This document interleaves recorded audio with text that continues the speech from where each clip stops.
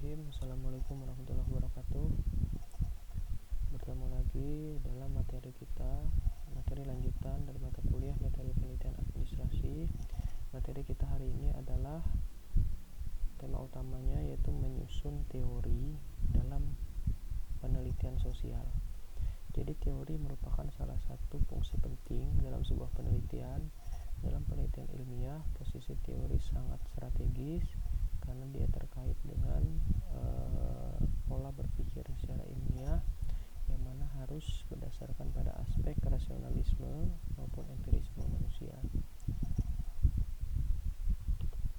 Next. Nah, ini tugas kalian semester 4 di mata kuliah saya. Saya ingin di akhir pertemuan kita nanti kalian sudah menghasilkan satu baby skripsi, yaitu mini skripsi yang bisa dijadikan sebagai modal awal atau konstruksi bangunan awal dari skripsi kalian di semester yang akan datang nantinya. Nah, secara umum sistematika skripsi adalah seperti yang kalian lihat di layar, yaitu ada pendahuluan, bab 1, bab 2, tinjauan pustaka, dan metode penelitian. Nah, posisi teori dia adalah berada di bab 2, di tinjauan pustaka. Nah, teori itu apa? Teori yang pertama adalah merupakan dalil. Dalil itu adalah sebuah hasil penelitian atau sebuah preposisi pendapat para ahli yang terkait dengan topik penelitian yang kalian pilih. Kemudian teori itu juga merupakan prinsip. Dia merupakan suatu relasi atau hubungan antara konsep satu dengan konsep yang lain yang terhubung secara sistematis. Kemudian teori juga berarti sebagai definisi atau gambaran konstruktif bangunan pemahaman tentang topik penelitian yang kalian pilih. Nah, teori itu gunanya adalah untuk menjelaskan setting sosial atau menjelaskan latar belakang penelitian ini. Dia bicara tentang apa? Tentang fenomena sosial. Nah, teori adalah seperangkat bangunan konsep, definisi, dan proposisi yang berfungsi untuk melihat fenomena secara sistematis melalui hubungan antar variabel sehingga dapat berguna untuk menjelaskan dan meramalkan fenomena. Nah, teori itu selalu sejalan dengan fenomena apa yang kalian angkat. Misalnya fenomena kalian angkat adalah efektivitas sebuah organisasi, maka teori yang kalian perlukan, kalian cari adalah teori tentang efektivitas. Nah, kemudian contoh kedua, kalian ingin meneliti tentang pelaksanaan kebijakan, misalnya pelaksanaan kebijakan PSBB, misalnya pembatasan sosial berskala besar di kota Palangkaraya. Misalnya. Kalian harus mencari teori pelaksanaan kebijakan. Pelaksanaan kebijakan, cari para tokoh siapa yang punya dalil, punya definisi, punya pendapat terkait dengan implementasi kebijakan. Nah, kemudian misalnya kalian berjudul penelitian kalian partisipasi masyarakat misalnya, maka teori yang kalian cari adalah teori tentang partisipasi masyarakat. Partisipasi masyarakat itu apa, kemudian menurut ahli apa, dan teori itu pasti akan menggambarkan atau mengeneralisir fenomena yang kalian ini. Dan teori itu biasanya dia akan menuntut kalian ke dalam sebuah kesimpulan awal. Jadi fungsi teori adalah sebagai penuntun kalian, kemudian pedoman awal kalian mencari pijakan teoritis dan segala macamnya. Nah, teori mempunyai makna untuk menggambarkan, seperti kita bilangkan bahwa menerangkan, kemudian fungsinya adalah meramalkan gejala fenomena yang ada. Nah, misalnya kalian mengambil rumusan topik ini partisipasi masyarakat. Nah, menurut teori, partisipasi masyarakat yang bagus adalah bla bla bla bla. Ada indikatornya. Nah, maka kalian sudah memahami bahwa partisipasi masyarakat itu bisa dikatakan bagus jika, kan sudah ada para ahli tadi menjelaskan. Kemudian kalau kalian mengambil penelitian tentang pelayanan publik misalnya. Pelayanan publik menurut ahli A adalah bla bla bla bla. Pelayanan publik yang bagus menurut ahli adalah seperti A, B, C, D dan semacamnya. Nah, jadi bisa diartikan bahwa teori itu sebagai resep masakan. Kita mulai seperti ini analoginya. Ketika kalian berada di dapur, kalian ingin membuat sebuah nasi goreng misalnya, tidak mungkin kalian mencari resep di luar nasi goreng. Misalnya kalian menggunakan resep rawon, jadi itu sampai lebaran monyet nggak jadi nasi gorengan. Nah, jadi jika kalau kalian ingin memasak nasi goreng, maka carilah teori tentang nasi goreng. Nasi goreng yang enak itu adalah seperti ini, ada semacamnya. Nah, jadi teori itu semacam resep masakan.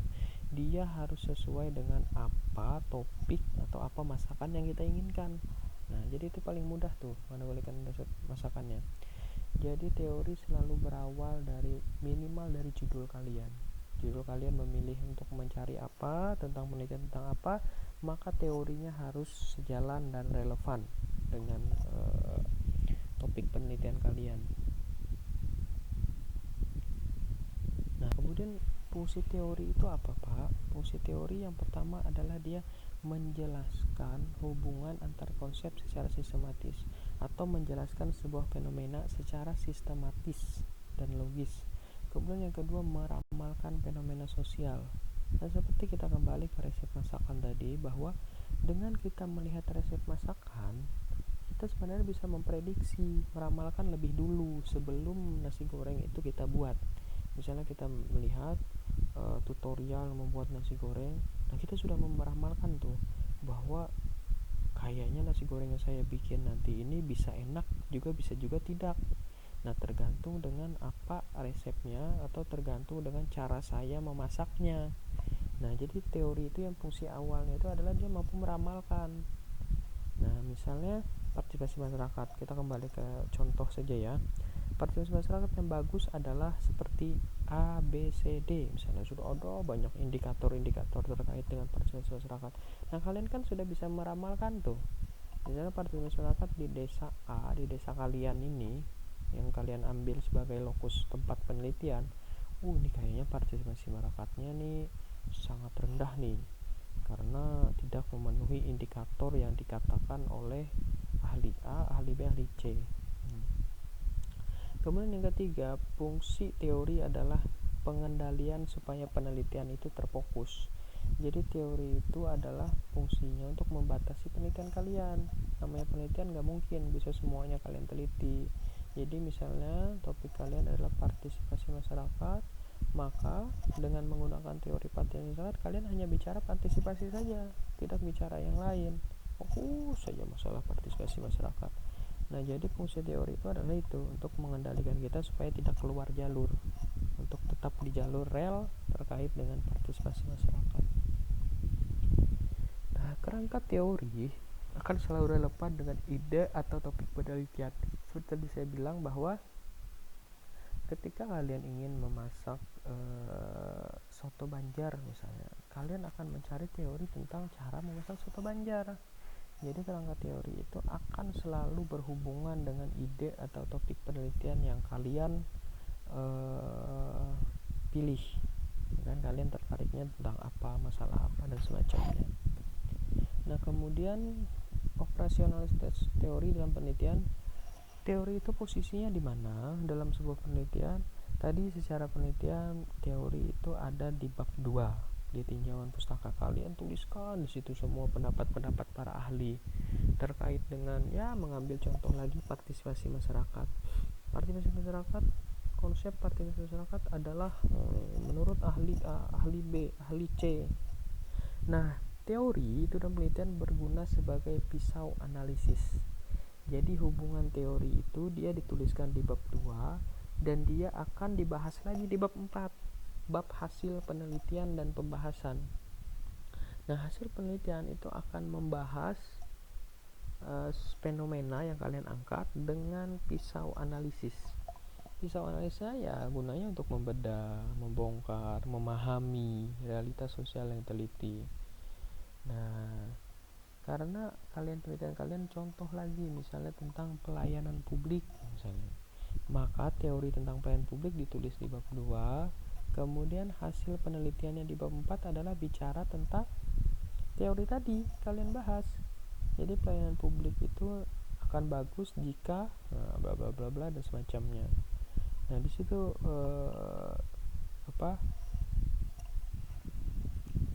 kalian menemukan relasi antara bab 2 dan bab 4 itu.